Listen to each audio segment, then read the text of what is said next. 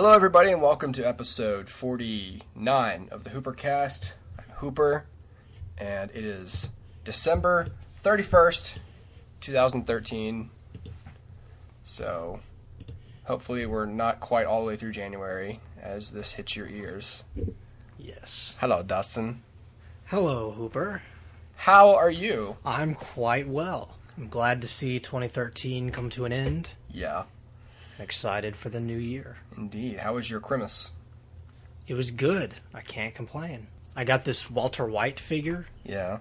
He's now sitting on my desk, or I'm sorry, not my desk, but my shelf with all my Breaking Bad Blu-rays. Mm-hmm. So it makes like a really cool, like, Breaking Bad themed section at my shelf. It's really awesome. That's cool. And yeah, he's pretty cool. He comes with money and a bag of meth. So it's a little creepy that they sold it at Toys R Us. Really? They did. Wow. So any 8-year-old can just go get a toy bag of meth. That's awesome. He's right there next to Sonic the Hedgehog and Bugs Bunny. He is. He's right next to my Tri-Wizard Cup and Gandalf. Oh, that's awesome. That's pretty cool. I used to have a similar figure that was Goku doing the Kamehameha. And if I still had him, and then I also had Walter White, I put them together. That would be awesome. But those are two Walter things White that don't win that fight. Yeah, those are two things I don't have anymore though. That's like saying, well, if I had a speedboat, I put it next to the pirate ship I also don't have. In the lake and dock I don't own. Next to the buried money that I haven't accumulated. So. Yes. Yep. Well, check out the listeners cannot see this, but check out my mug. Oh, it says Dad. It says Daddy. Oh. It just says Daddy. Oh. Yeah. Oh. Yeah, it's cute. I awesome. bought it, but well, I gave Mrs. Hooper one that says Mom, and so I bought the Dad one. So it matches. Yeah. Cool. Yeah. Although it is a little bit like Michael Scott buying himself the world's best boss mug. Yeah, but I knew like if I bought her the Mom mug, then she'd be like, "Now we have to get the Dad mug." So I just thought, all right, well, I'm gonna go ahead. That's a good gift. Yeah, it is. If I do say so myself. I'm sure she loves it. She did. So the day I actually went and bought it, we had talked about how we have too many mugs, and I was like, well, I'm gonna get us 2 more mugs. So sorry. I was hoping that she wouldn't get to see the mug and be like, I said no more mugs, and just smash it on the wall. Like, no! Now clean it up! I think I told you about the Breaking Bad book that she got me too, the Breaking Bad and Philosophy, and that's been fun to read so far. I bet. You know, and if people don't know about it, it's basically just like some publisher has like a series of books, like there's Seinfeld and Philosophy, and then there's a lot of shows and philosophy, just kind of explaining, in Breaking Bad's case, like morality and like direct and indirect responsibility, culpability, just a bunch of like philosophical concepts that they explain using the show as their kind of running example. So it makes me interested in getting the ones on other shows I've seen, but not even like other anti-hero shows, because I imagine if they had The Sopranos and Philosophy, it'd be kind of the same as Breaking Bad or The Shield and Philosophy. Just the anti-hero philosophy. Have you seen much of The Shield, by the way? I've started watching it. So I'm about halfway through the first season. I really like it. Yeah, I saw the complete series on sale at Movie Stop for like $36, and I almost bought it. I didn't do it, but whoa. Yeah, but I was like, I just don't know if I wanted to start it. You know what I mean? Go get it. Like, I should go back and see if they still have it. Yeah, it's good so far. I realized my wife told me like a million times, but I realized I was like, oh wow, we can watch instant video on Amazon here, and she was like, yeah, we have a Prime account. I've told you this so many times. I was like, but even though when you figure it out, it's still like new. Yeah. So I was like, holy crap, we do. So, and then she ended up winning like a raffle to get an iPad. Cool. So I now have an iPad, so I can pop on there, and I added a crap load of stuff to our watch list. So I have even a particular weird order, because it's the only way I can tackle a big list of things to watch is I have to prescribe an order. So it's a movie, and then it's an episode of a serialized drama, and then it's an episode of something comedic, and then it's an episode of like a reality show. So I'll pick, whatever movie on the list I want to watch, and then I'll watch an episode of The Shield. And then right now I'm tackling Eastbound and Down. And then after I do that, I watch Deadliest Catch. And then, if I still have time, I'll watch an episode. I'll just watch whatever I want next, like a wild card. And so I'm trying to catch up on Sons of Anarchy on there, too. Yeah. So, but if I did get another philosophy book, it would probably be the Seinfeld one. Or if they have one I imagine that and the Always Sunny one is probably similar, too. Just terrible people doing horribly reprehensible things. Yes. If you ever read the Wikipedia for Always Sunny in Philadelphia, about the characters, that's pretty fun too. Yeah, and she got me that and this Doctor Who kind of compendium, cool book. So that's cool. And yeah. What if you? I'll answer this because I'll answer my own question first, and then I'll let you talk, Dustin. No. Well, it is your podcast. So. I'll put you in a box. I guess that's fair. Oh, it's yours too, Dustin. Oh. Just not as much as it's mine. No. No!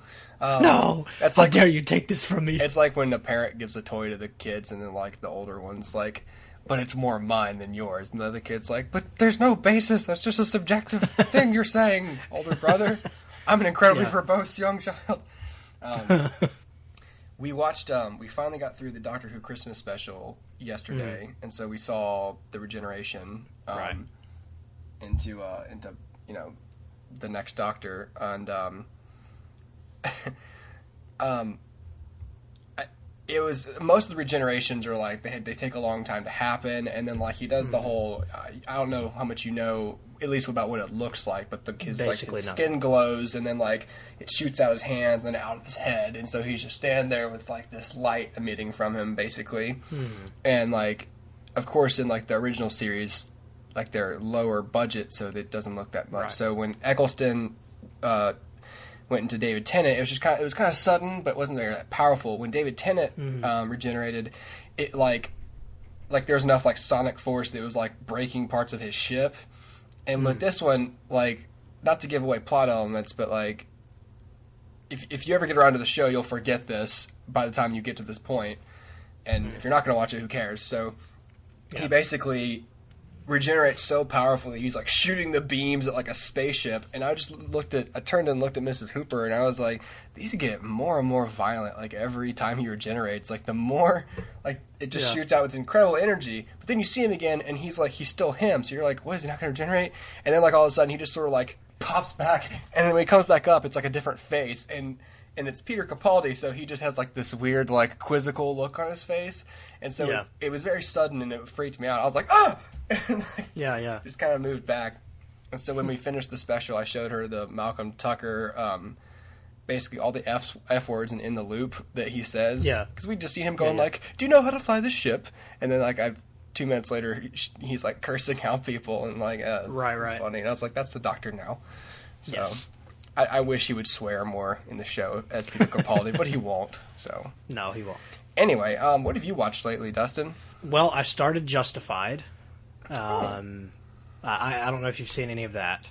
I've seen a couple episodes, and then I fell off of it for no real reason. That's back on my list. Probably after I finish, after I catch up on Sons of Anarchy, I'll probably start on Justified. See, I've just watched the first two, and I'm debating on whether or not to keep going. Not because it's not interesting, because it is, but because I'm wondering how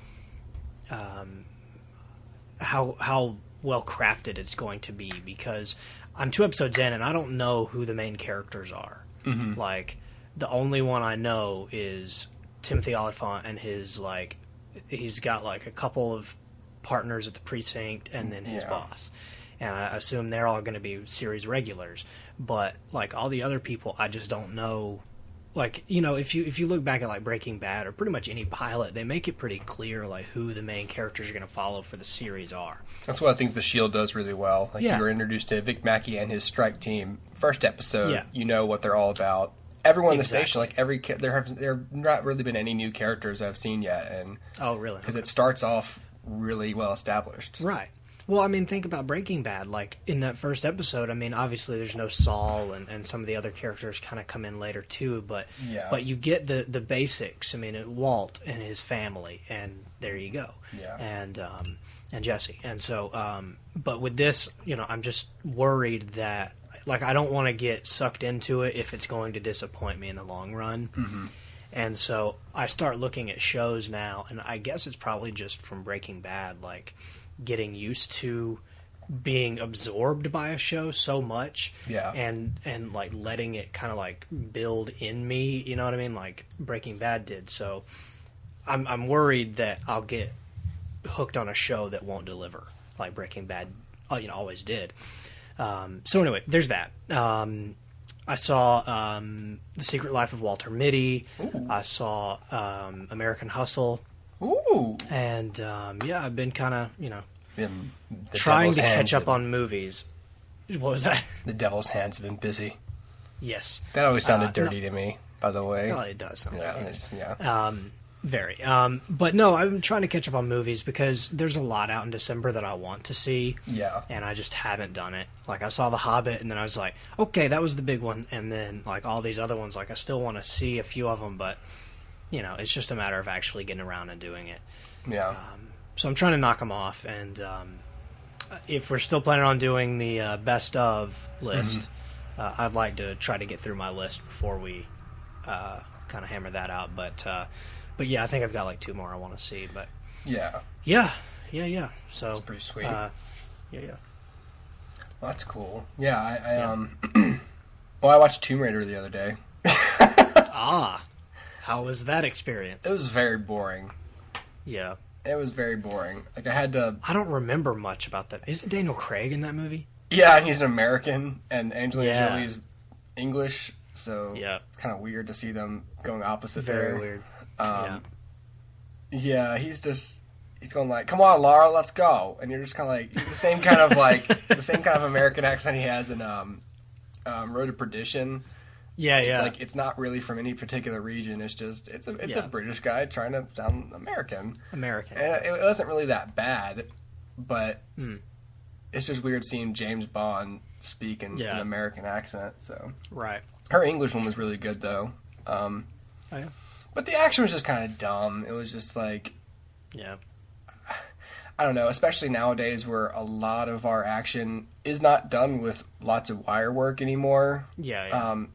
The more it looks like it's actually being done, the more I like it. And it's a lot of like twisty, like, firing a billion bullets from, 2 pistols that don't have that many bullets in them. Right. And like statues coming to life and trying to kill her because she's an archaeologist. It's just kind of weird. Yeah. So I don't know if I'm gonna watch the sequel. I don't know. I was adding stuff to my queue and I kept passing it, and I knew like I'm not gonna enjoy this, but I have one. It's one of those movies that you're gonna see at some point. And I was just like, well, God, I'll just throw it on there. And so the other day I was like, all right, fine, I'll watch it. And I ended up like reading Wikipedia articles about Angelina Jolie's involvement in like the Goodwill Ambassador stuff like during the whole movie because nothing was happening. It was just boring. Right. It was so boring. Yeah. You can't watch it with your whole attention. Right. So Yeah, I don't remember much about it, so that should tell you something. yeah, there's nothing to remember really. Yeah. Yeah.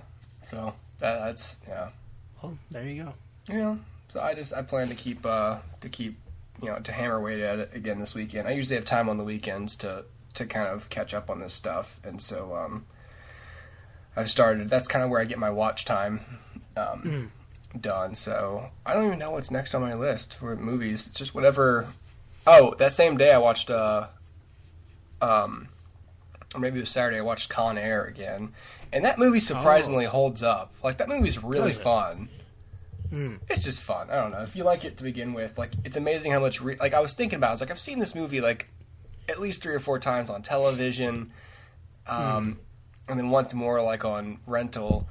And I thought, okay, so I know every inch of this movie. I know how it ends. But, like, every minute is interesting. Yeah. And, I don't know. Yeah, I'll be honest, though. I've never seen it. It's worth watching. I've seen bits and pieces on TV, but I never come in. Like, I always come in, like, in the middle, so it's like, I'll just watch it some other time. I never get around to catching the whole thing. It's really fun, actually. It's a really fun movie. I'm surprised. Like, everyone makes fun of it because it's not even that bad. Like, it's just as good as any other movie that was released around that time. Right. Like, if it had come out in, like, the mid-'80s, I would have said, this is really good for an 80s action movie. But I think it came out in, like, the mid-'90s or something. Yeah. But it's not bad. It's not bad. Yeah. Upon re-examining it, not bad. Yeah. This has been Hooper's, decade-old reviews. We should do retro reviews. That will probably be solely my job. Because, like, you'll talk about whatever just came out that you saw, and I'll be like, well, here's 3 things I rented this week, and here's what I think of them. Right. Our budget can really stretch to the rental market, I think. Yes. Our budget. Like we have a budget at all. Have the Oscar nominations been released yet? No, not yet. Okay. Anything like Golden Globe, anything like that? I think maybe the Golden Globes, but I haven't been keeping up with it. I feel like everyone is nominating 12 Years a Slave. Everyone keeps talking about how good 12 Years a Slave is. And it's kind of a moot point because I know neither of us have seen it. Yeah. But I'm wondering, like, when any one movie comes out and everyone says, oh, it's just amazing, it's transformative, it usually isn't that transformative. So I keep wondering if a lot of critics are saying it's so good because they feel guilty because it's about slavery and it's like a really graphic film about slavery. So I'm wondering, like who wants to be the white critic who comes out and says 12 Years a Slave wasn't that good? And then boom, Al Sharpton will be right there and telling him that he's a racist. So I haven't seen it. I don't plan to see it in theaters. Movies about people getting beaten generally don't appeal to me. They put me in a better mood because then I'm like, well, at least I'm not being beaten. So I feel better now. But those 2 hours were, I don't know. I feel like most movies where someone's in, 12 Years a Slave, so it's all about him being a slave. So most of the movie, I'm watching him being a slave. I'm not really into spending my time watching that. Right, sure. So, I don't know. At least in Django, you knew, like, okay, well, he's going to shoot a lot of people, and it'll be fun to watch. But I don't know. I've sort of had my fill with movies depicting, not because of Django, but I've long had my fill of movies, depicting slavery or incarceration, that doesn't have that much of a twist on it. And when it's I don't know. I've heard everyone's good, and I plan to rent it at some point. But a long time from now. Like, I'm not going to look at the shelf and pick 12 Years a Slave over Ender's Game to watch for my leisure. True. So. Well, I do want to see it. I think, but I think you have a point. Like, generally, movies that revolve around historical, time periods, especially, like, movies about slavery or the Holocaust or, periods where many people were mistreated, generally kind of thrive on, like, showing you graphically what was going on for the shock value and then saying, look, wasn't it wrong? And it's like, well, yeah, but we know that already. Yeah. Like, everybody knows. And if they don't know, then they're not going to be seeing this movie. You know what I mean? So it's like how many neo-Nazis are watching Schindler's List? Like, not many. Yeah. And so anyway, the point is, I kind of see where you're coming from. It's a lot of times just kind of retreading territories that you already are aware of. That'd be really awkward seeing Schindler's List with a neo-Nazi. Like, if you realize you turn over and the guy next to you has, a swastika on his head, and you're sitting there, crying, and he's looking at you like, what? This is awesome. And you're like, dude. Whoa, leave now. Come on, man. Yeah. Can you imagine, well, this kind of ruined my experience.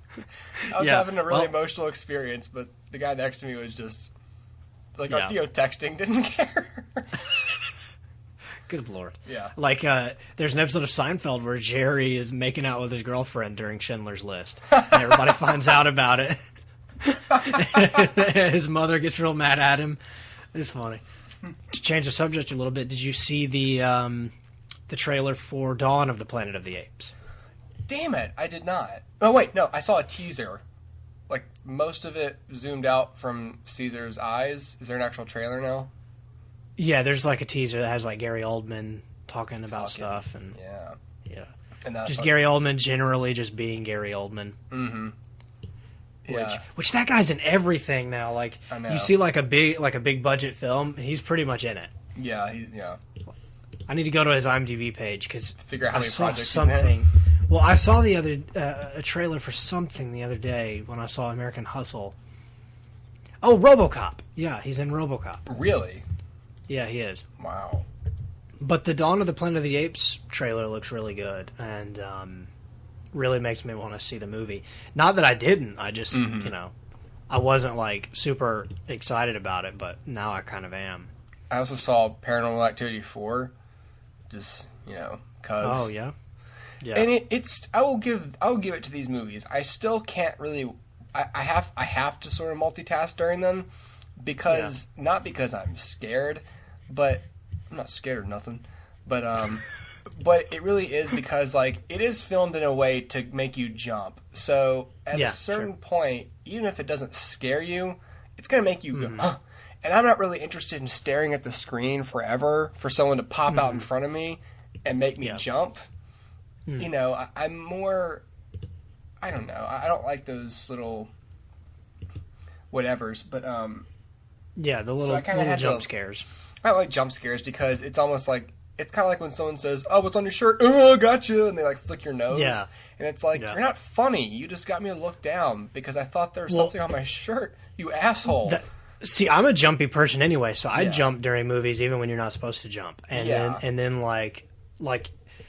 I mean, I would be like in my room, and Kellen would come up behind me and be like, "Hey," and I'd jump, and all I did was say, "Hey," like in a normal tone, and so that's just me. But I can still honestly say I've never seen a scary movie. I've jumped all the time in movies, but I've never seen one that legitimately scared me. Yeah, it was alright. I have no intention of seeing the marked ones. I just. Again, it was on my list, and it was essentially free, so I just... Right.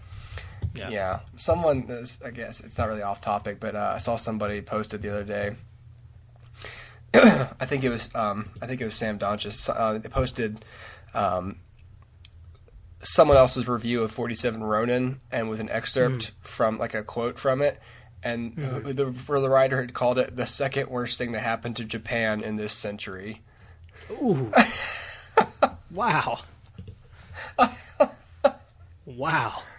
Apparently someone really, really hated it.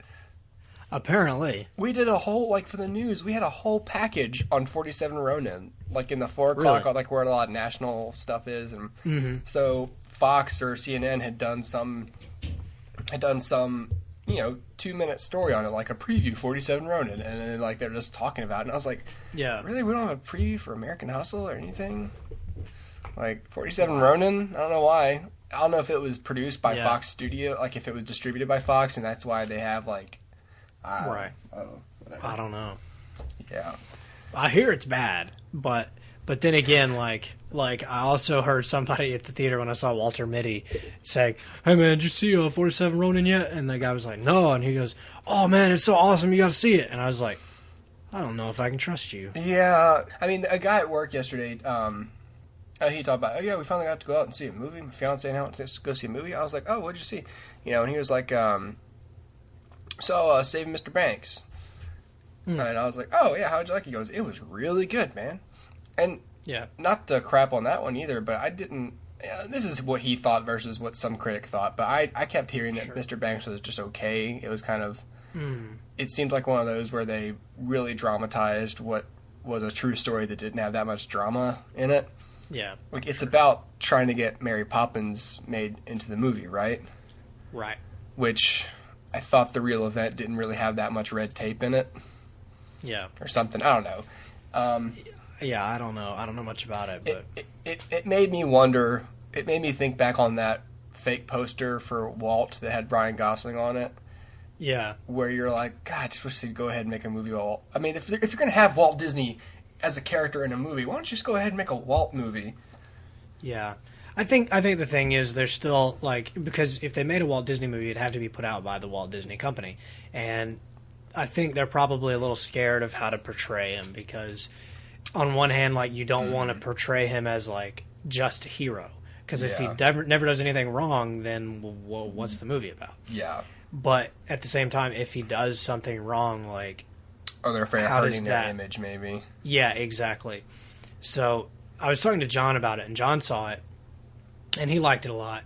And said, you know, obviously, like, Tom Hanks doesn't look like Walt, but he kind of gets his mannerisms down and just sort of the general feeling that Walt had about him. And so John liked it a lot, but yeah, we were talking about whether or not Disney would put out a Walt, like, biopic. And, yeah, if so, I feel like it would be a long time from now. Although John did admit that they did show Walt... like smoking and drinking and, you know, things that, like, saying and doing things that you wouldn't think Disney, the company, would let them show. Yeah. So, I feel like... So maybe they're willing. I don't know. Obviously, like, Disney would have the sole... No one, I don't think, legally can make a movie about him besides Disney anyway. I don't think so, at least. Yeah. Unless it was based on some material that... Well, no, because any existing material that they based off of would be owned by Walt's estate, so it wouldn't... Yeah, it would have to be through Disney. And even if it didn't have to be through them, it'd be important that they would do it. Because if someone else showed, like, an unflattering portrait of Walt Disney, it's almost like when you know, if I say something like... well, I don't know, like I don't know, like what I said about 12 Years a Slave. Like, if like, you know, do people really like it, or do they just feel guilty because they're white and their ancestors may or may not have, you know, owned slaves? Therefore, this movie is important and good. You know, you could look at that and say, like, that's a really racist thing to say. And I'd say, like, well, if I was such a racist, do you think I'd feel comfortable saying a questionably racist statement out loud? Wouldn't I keep it to myself? I don't think you say... It's like comedians. If they really felt the way they felt about half the controversial things they'd say, they wouldn't say them. They wouldn't put them into their act because they wouldn't want to come under fire for it. So I don't know. I think that if Disney put out the movie with a... not... It would have to be ultimately sympathetic because he's Walt. But if you put these things out and people said... I don't know. Your founder, he drank a lot and smoked a lot. What do you think of that? You know, at least if I'm Disney, I'm thinking, if I was really worried about what you thought of Walt, then why would we have taken, been on the front lines of this movie? Like, why would we have put it out if we were afraid of what you thought? So I don't think anybody's thinking that right now. I don't think anybody thinks Disney's probably afraid to put out a movie about Walt. I think they just they got other stuff, and you know, why rush it? You have the rights indefinitely, so it's not like you have to do it soon. Exactly, this is true. I think, Although I do think Ryan Gosling would be pretty, like right on the money for Walt. Yeah, he'd be a good Walt. Yeah, he's got the. I think, he looks enough like him at least. Yeah. To play a young Walt, I can see that. You're probably not gonna see Anchorman 2 while it's out in theaters, are you? I'd like to, but at the same time, like, it's probably really stupid and it's $11. You're right. Yeah. So I'm not against it. I want to see it. I just don't know that I want to spend $11 to see it. Comedies are the kind of thing that are always the most disappointing if you don't like them in theaters. Because, all right, I spent the money, and this is supposed to be funny, and it's not funny and boring. I generally don't see the Apatow movies or, any... Yeah. I generally don't watch a lot of comedy in theaters because of that exact reason. Like, I don't anymore, and it started with the reason it started was because I didn't have most of my friends didn't live here, so like I didn't really have anybody to go see it with, and I don't like seeing comedies by myself. Right. generally, unless I've rented them and I'm at home and okay, I'm gonna watch it. But especially, I don't spend $11 to see something that I'll later wonder if I would have liked better with someone. Right. Yeah, I can see anything else in theaters by myself because I prefer to, basically. Right. But yeah, if it's a comedy, I'd rather watch it with someone because I can't laugh by myself. I can enjoy it, but there are many times where I laugh out loud by myself because even if it's from something funny, I feel weird for. I don't know, I feel like I'm talking to an imaginary friend and he just told me a joke, and it makes me feel kind of crazy. Yeah. No, I'm kind of the same way. Every now and then something will catch me off guard, and I'll laugh pretty loud. But for me, like, I think I prefer comedy when it doesn't try to be goofy. Yeah. You know what I mean? Like I like to find something like Breaking Bad or whatever that has comedy in it, but it is not a comedy. Yeah. As opposed to something that is constantly trying to make you laugh. Because those are the movies that end up disappointing you the most. So if we're talking about something like what's the last Apatow movie that came out? This is 40. Okay, I didn't see that.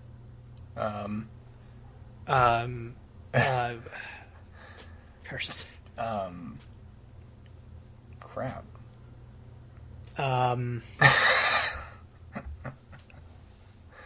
Dang, I don't even know. Anyway, the point is, let's just use Anchorman, because I put in the first Anchorman recently and watched through it, and it is so stupid.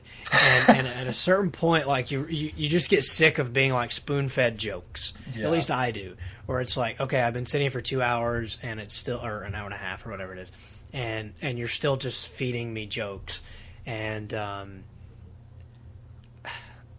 I don't know. I like for comedy to arise out of the situations and of the story, and rather than just have Will Ferrell be goofy, oh, I'm off the wall, yes, it's funny, but I generally get sick of it after an hour and a half. Yeah. If that makes sense.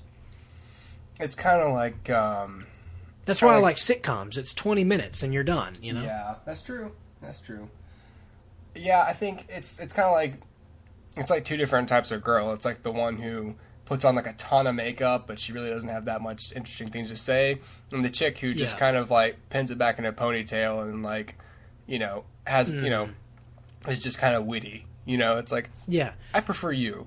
That's a good analogy, because that's exactly what it is. It's the comedies that are coming out now try so hard to be comedy. Mm-hmm. And I don't like that.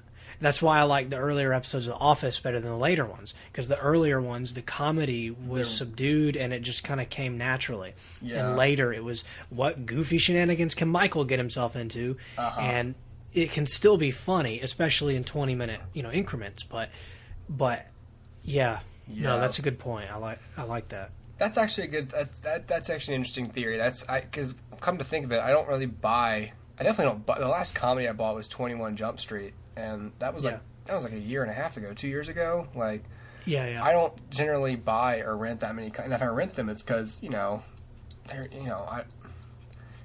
I rented This Is the End. Started the last comedy I rented because I was like, I want to see them all in the movie together, and I'm renting it. So, but no, you're right. I think I usually prefer drama anyway, but the comedy beats in drama are usually a lot better. Yes. And they come at a much better time. Yeah. Yeah. And because at that point, like the best comedy for me comes after a dramatic moment. Because if it's a comedy moment and then another comedy moment, then it's like, well, are they both funny, or was one funnier than the other? And you're kind of like just really nitpicking at that point. You know what I mean? But then when you have like a drama moment and then a comedy moment, then they're two different moments, and so they can both stand alone, and it doesn't feel like repetitive. What do you think is which? Let's go with TV. What TV show do you think had the best use of comedy that wasn't a comedy? that wasn't a comedy? Yeah, that wasn't like a comedy show. Well, I'm going to have to go with Breaking Bad. I mean, granted, anytime you say best TV something something, I'm going to say Breaking Bad probably. Yeah. But the fact is, like, Breaking Bad had these moments with, like, Skinny Pete and Badger and Saul and Huel and all of these moments that are hilarious, not to mention the moments with Jesse and Walt himself. It's just, like, the perfect blend of comedy and drama. And the comedy comes at, the perfect moment and with the perfect characters. And I don't know. I'm just going to have to say Breaking Bad because it's the only show that can use an episode to be nothing but dramatic, just dramatic across the board, and then have like an interlude with Skinny Pete and Badger talking about Star Trek or Nazi zombies or whatever, and it be just hilarious and a brilliant break from the drama. Or if you look at the Star Trek thing that they did in the last season, they were like arguing, I think Badger was talking about his idea for a Star Trek story or something. Mm-hmm. And all the while you see Jesse like not laughing. And so it is a drama moment, but it's still funny. It's both. Yeah. You know what I mean? You are propelling Jesse's story in a dramatic way through the use of a comedic moment. And that, I think, sets it apart. Yeah. Breaking Bad's a good choice. What do you say? My vote's probably The Sopranos, I think. Okay. I think The Sopranos is great too. The Sopranos would probably be my number one. Yeah. Yeah, I was thinking about that the other day. I was watching... I feel like The Sopranos... Oh, go ahead. Well, no, I was watching, like, HBO had a good tribute to James Gandolfini. So it was like a 35-minute, so all the people were there. And so that was pretty sad. It wasn't like that was hilarious. Yeah. But I was thinking about these moments in the show, and I was just like, every scene with Tony Sirico is funny. Like, every scene with any of them, like, to some degree, it's funny. Like, even watching him get angry is, like, was funny. Yeah. Like, I just felt The Sopranos was probably my choice, and you've seen the show, so I think you know what I mean. No, I completely agree. I think that's a great choice, and for me, like, I don't know if it's just me, but when I watch The Sopranos, a lot of times I find humor in things that probably weren't supposed to be funny. Yeah, like you were just saying, like when he gets angry or whatever, they probably didn't intend for that to be funny, but it kind of is. And anything Tony Sirico says ever. It's hilarious to me. Like even in the special, they had Tony Sirico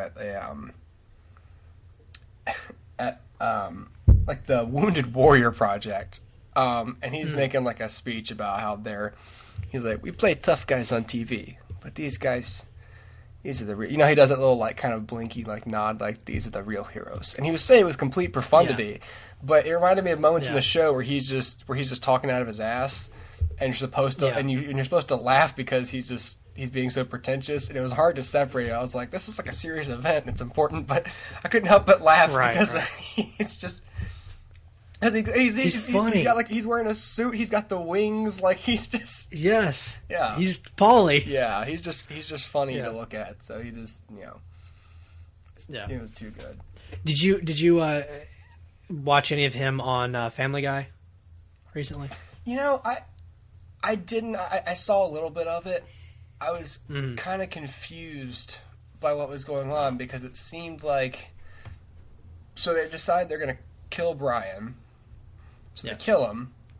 And then the Griffins decide that they need to move on, so they get a new dog, and it's Tony Sirico. Right. And then it looks like they're like, oh crap, everyone's really mad we killed Brian. Let's bring Brian back. But I haven't been watching, so I don't know the context at all. Have you been keeping up? Yeah, well, kind of. Just that little arc there. But basically, I mean, Brian died and then came back 2 episodes later. So they never intended for it to be for real. Like, basically, Brian and Stewie go on this adventure, and it's a time-traveling thing. And then... Anyway, it ends with Brian getting run over by a car, and he dies. And so then, but you know, like maybe the layman who doesn't really know much, fell for it. But you know, like Brian's not dead. Wow. There's no way. Because all my friends, like even people who've been watching the show for years, it seemed like they were like, "R.I.P. Brian!" Like, I can't believe they killed Brian. Like, people were freaking out, at least on my Facebook, and I was like, I saw a guy. I saw like I guess it was on Failblog or something. Like somebody posted on Facebook where some guy got a "Rest in Peace Brian" tattoo on his arm. What a dumbass! Yeah, and then 2 weeks later, he's right back in the show.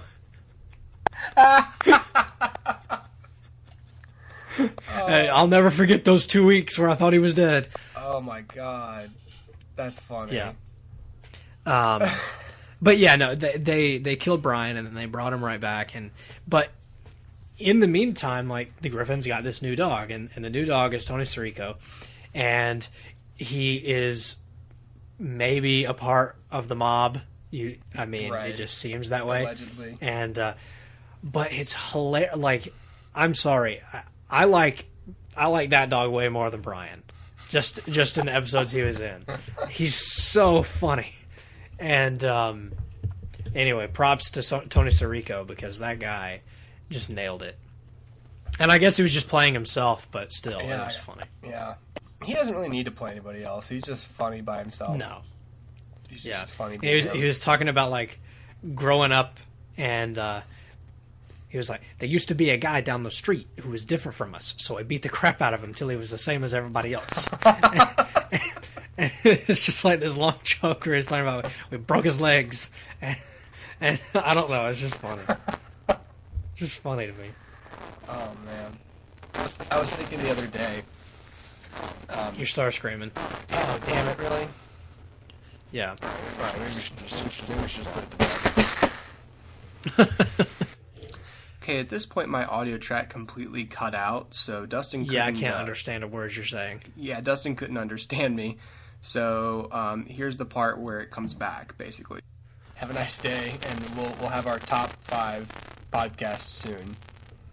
Are you signing off? Nod if yes. Bye, everybody. Have a good day.